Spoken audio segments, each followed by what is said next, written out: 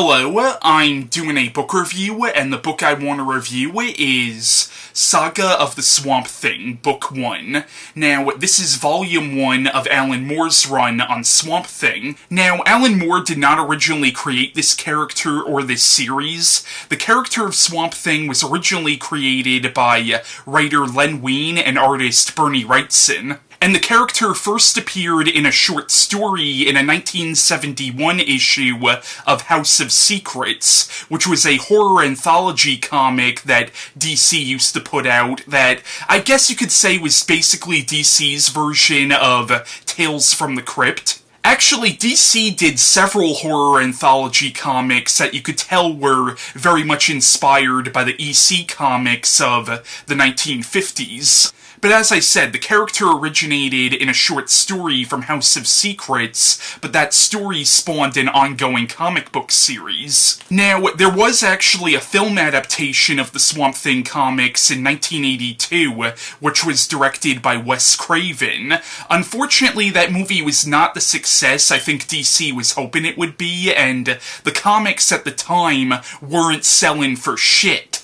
And they were about to cancel the series altogether, but they decided to take a chance on this strange, angry little British man with a beard named Alan Moore. And thank God they did. Because even though Alan Moore did comics before this, we probably wouldn't know who Alan Moore is today if not for this run. And Alan Moore, along with artists Stephen Passett and John Tolobin, completely reinvented this series and reinvented the character. So much so that even though these are in continuity with the older Swamp Thing comics, I think a lot of people consider this to be its own separate series. Even though pretty much every Swamp Thing comic that has come after this run is pretty much picking up where Alan Moore left off. And something that Alan Moore did here was he retconned Swamp Thing's origin. Now, in the old Swamp Thing comics, Swamp Thing was a scientist named Alec Holland who was working on this biorestorative formula that could actually make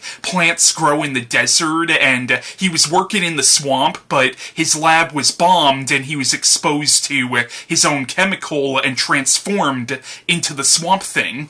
But in Alan Moore's Swamp Thing comics, and this is kind of a spoiler, but I think it's necessary to explain this because this is really what differentiated Alan Moore's Swamp Thing from the original iteration of the character. In here you find out that Alec Holland actually died in that explosion, and Swamp Thing is just a plant creature that inherited Alec Holland's memories. So, a big part of the character's arc throughout this entire run is him coming to grips with the fact that he was never human, yet still maintaining his humanity. And something that Alan Moore does here, and I guess you could say the older Swamp Thing comics did this as well, but this really does combine the superhero genre with the horror genre. Like, I think Swamp Thing could definitely qualify as a superhero, and this is very much set in the DC universe.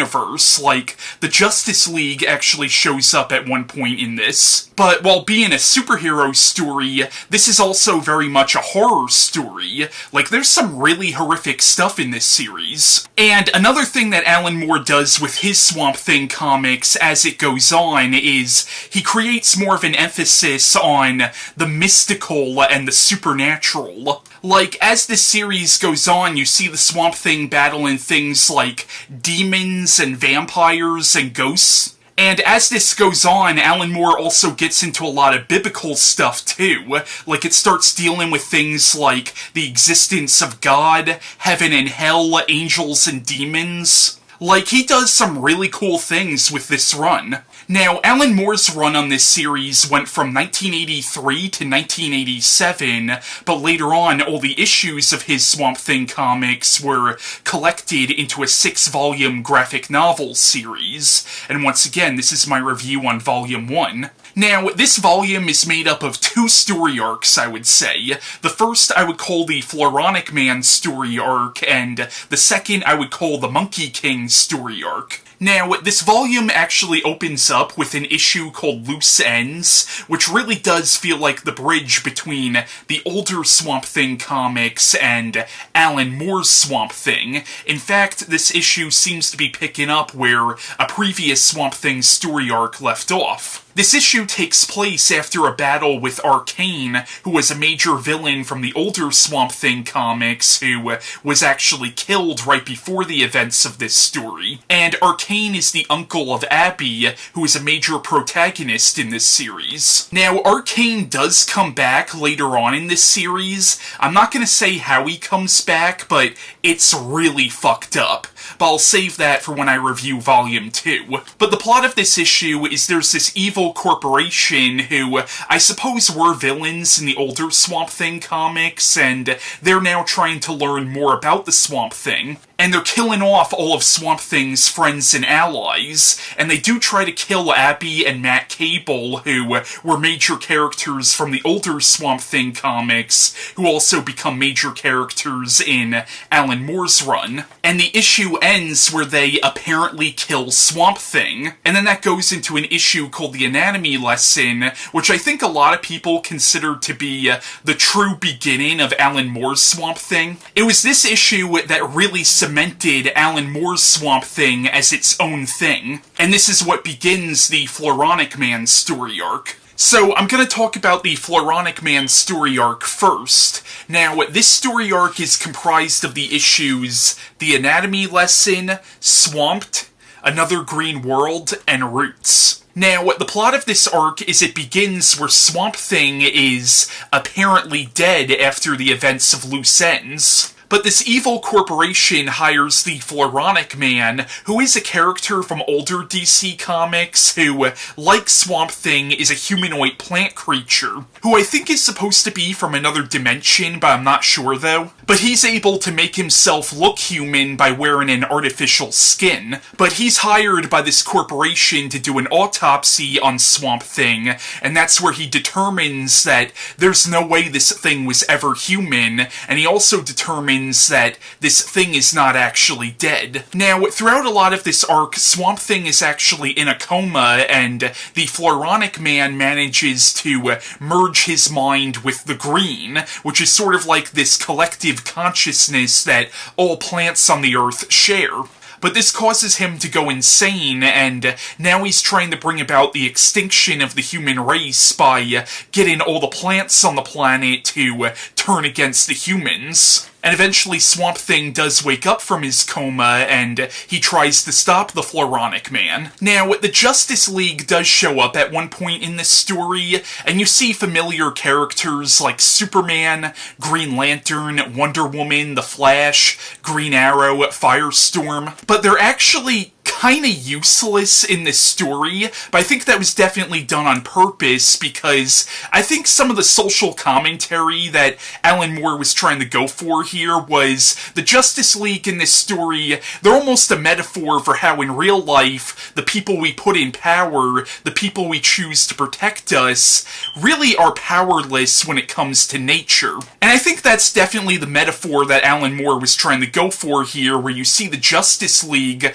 really just watching helplessly as the Floronic Man is about to destroy their world. And it's only Swamp Thing, who is a part of nature, that is able to stop the Floronic Man. But this is a great arc, and the Floronic Man, I'll admit, I'm not too familiar with the older iterations of this character, but the Floronic Man in this arc really is freaking scary. But at the same time, though, he is somewhat sympathetic because he is bringing up legitimate ecological concerns. And at the end, after he's defeated, you actually find yourself feeling really sorry for him. And you see Superman and Green Lantern confront him, and I like how they actually regard him with compassion. The second story arc in this book I would call the Monkey King story arc, and this is comprised of the issues The Sleep of Reason, A Time of Running, and By Demons Driven. And while the Floronic Man story was sort of your standard superhero fare, this is truly a horror story. This arc also features the character of Jason Blood, or Edrican the Demon, who was originally created by Jack Kirby. But the plot of this arc is Abby gets a job working at this home for mentally ill children, and she meets this one little boy whose parents were mysteriously killed, and this little boy is talking about something called the Monkey King. Now at first she thinks this is some kind of boogeyman that he made up. But it turns out that the Monkey King is real. The Monkey King is this demon that has escaped from hell, and it has chosen this little boy to be its master, because the Monkey King needs a human master in order to stay in our world. And the Monkey King feeds on fear, and it's going after the children in this hospital. And meanwhile, Jason Blood, who is a man possessed by a demon called Edrican, is hunting the Monkey King. And eventually Abby realizes what's going on, and she tries to get Swamp Thing to help stop the Monkey King from consuming the souls of these children. But once again, this arc was a great story overall. And you don't even have to be that familiar with these characters in order to enjoy the Monkey King story. Like, it really does work almost as a standalone horror story. But what's really terrifying is not so much the Monkey King, but what happened to these children even prior to the events of this story. Like, there's one little girl at the hospital who you find out when she was 4, she accidentally killed her baby brother, and the Monkey King takes on the form of her baby brother. And then there's another little girl where when the Monkey King comes for her, it takes on the form of this man in overalls who starts saying, "Mommy doesn't need to know." I think you could already fill in the blank of what happened to this little girl prior to the events of this story. So that's what's really interesting about this story, is even though it's a supernatural horror story, Alan Moore is incorporating real-world horror into it. And there's a really defining character moment for Swamp Thing in this, where as Edrican the Demon is fighting the Monkey King, Abby's trying to protect the children, and she asks Swamp Thing, "What are we going to do about those 2 monsters?" And then Swamp Thing says, 3 monsters, and he joins in the fight. And that's sort of the moment where he accepts what he is, and accepts that he was never Alec Holland. And there's also a really sweet and touching and emotionally moving moment at the end of this story where, after the Monkey King is defeated, Swamp Thing is taking this little boy back to the home. And the little boy asks him if he was afraid when he fought the Monkey King, and Swamp Thing says a little, and the little boy's like, "I guess that's good. If monsters can be afraid too, I guess it's not all bad." And Swamp Thing's like, "No, not all bad." And it's a really sweet and, as I said, moving moment. And there's also a lot of drama in this story between Abby and her husband Matt, where Matt has become this alcoholic and kind of a dick. And it turns out that Matt Cable does have supernatural powers. This might have been explained in the earlier Swamp Thing comics before Alan Moore took over, but Matt Cable does have the ability to make his dreams manifest themselves, and this would really come into play in the second volume of this series. But yeah, Book 1 of Alan Moore's Swamp Thing is fantastic, and in this you really do see Alan Moore pushing the boundaries of comic books at the time. Like, Alan Moore was doing things with these comics that people were just not expecting from a comic book at the time. Like, in this, he's touching on real social issues, like, in the Floronic Man story arc, he's touching on environmental issues, whereas in the Monkey King story arc, he's touching on issues like child abuse and childhood trauma. Now, of course, he wasn't the first writer to incorporate social commentary into comic books, but for the mainstream, he really was showing that comic books can actually say something profound about society. And he was also showing that comic books can be for adults as well. And by touching on real-world social issues, he does sort of ground these comics in reality to a certain extent, and actually makes the DC universe kind of a believable universe, despite the fact that this is a universe where superheroes are running around. And also, some of the descriptions in here, and even some of the dialogue, is actually kind of poetic. Like when Edgerkin the Demon shows up, he's speaking in rhymes. And also, during the Floronic Man sections of this book, when it mentions the Flash, it describes the Flash as a man who moves so fast that his life is an endless gallery of statues. Like, those were the kind of descriptions that people at the time just weren't expecting in comic books. And I think he really did start to blur that line between comic books and literature. And in my opinion, he completely obliterated that line later on with his graphic novels like Watchmen, V for Vendetta, and From Hell, which aren't just great comic books, but are also great novels as well. And of course, it will be a sin not to mention Stephen Pissette's beautiful artwork in this, which it is comic booky, but there's also something kind of realistic about it as well. Now, while these comics were originally published by DC, a lot of these new reprintings of them are published by Vertigo, which is an imprint of DC. Vertigo is essentially what DC uses to publish their more adult-oriented comics. And a lot of their horror comics are also published under Vertigo, and this really did set the template for so much of what DC would do with Vertigo. It set the template for stuff like the Hellblazer comics, Neil Gaiman's Sandman series, the Lucifer comics. Like, we probably wouldn't have any of that if not for Alan Moore's run on this series. Now, before I end this video, I want to cut to two short reviews that two friends of mine did on this book. The first review is from my friend Chris, and the other review is from my friend Christian. So what Alan does with book one is so incredible because he's very respectful of what happened before it. And he the way that he starts to make it his own is so remarkable because a lot of people just wipe out a crap load of continuity when they're taking over a run, but he instead acknowledges, what just happened. It's literally Alec, we'll call him, walking to find if Arcane is dead or not. And you really get that feeling that that story is over. And as Alec comes to go find Arcane's body, that a new run is beginning and a new story is being told. And it's just incredible what he does with it, especially with the anatomy lesson. The whole Planarian War explanation, it totally reinvents what Swamp Thing is.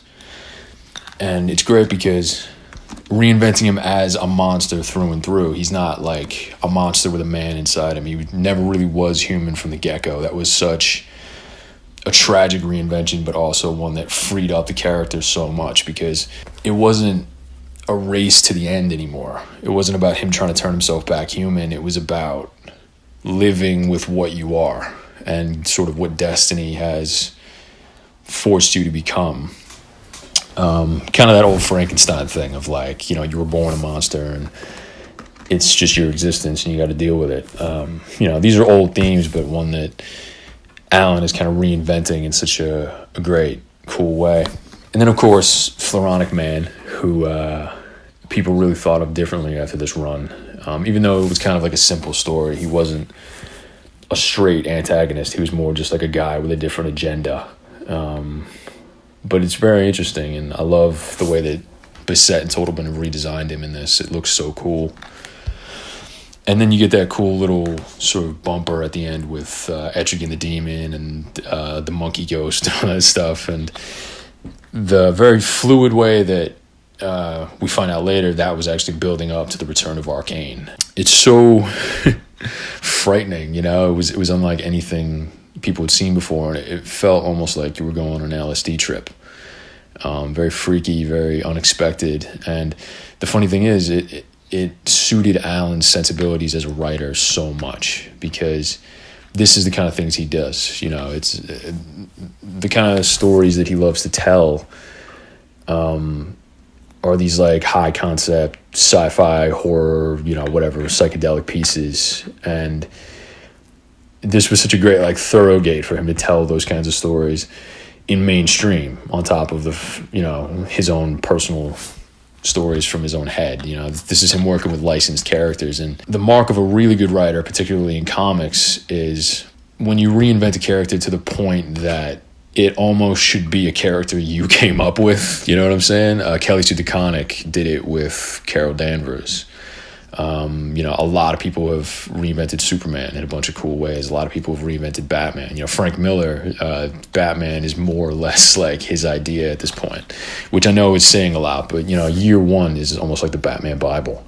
It's insane. You know, that and Dark Knight Returns, it might as well be his character at this point. And Alan left a mark on Swamp Thing that will never be outdone. It's really amazing and fantastic to read. It's especially like, you know, 3 a.m. and you're bored. It's so incredible and so mind-blowing. I love it so much. There was a time in my life where I read nothing but Alan Moore's work.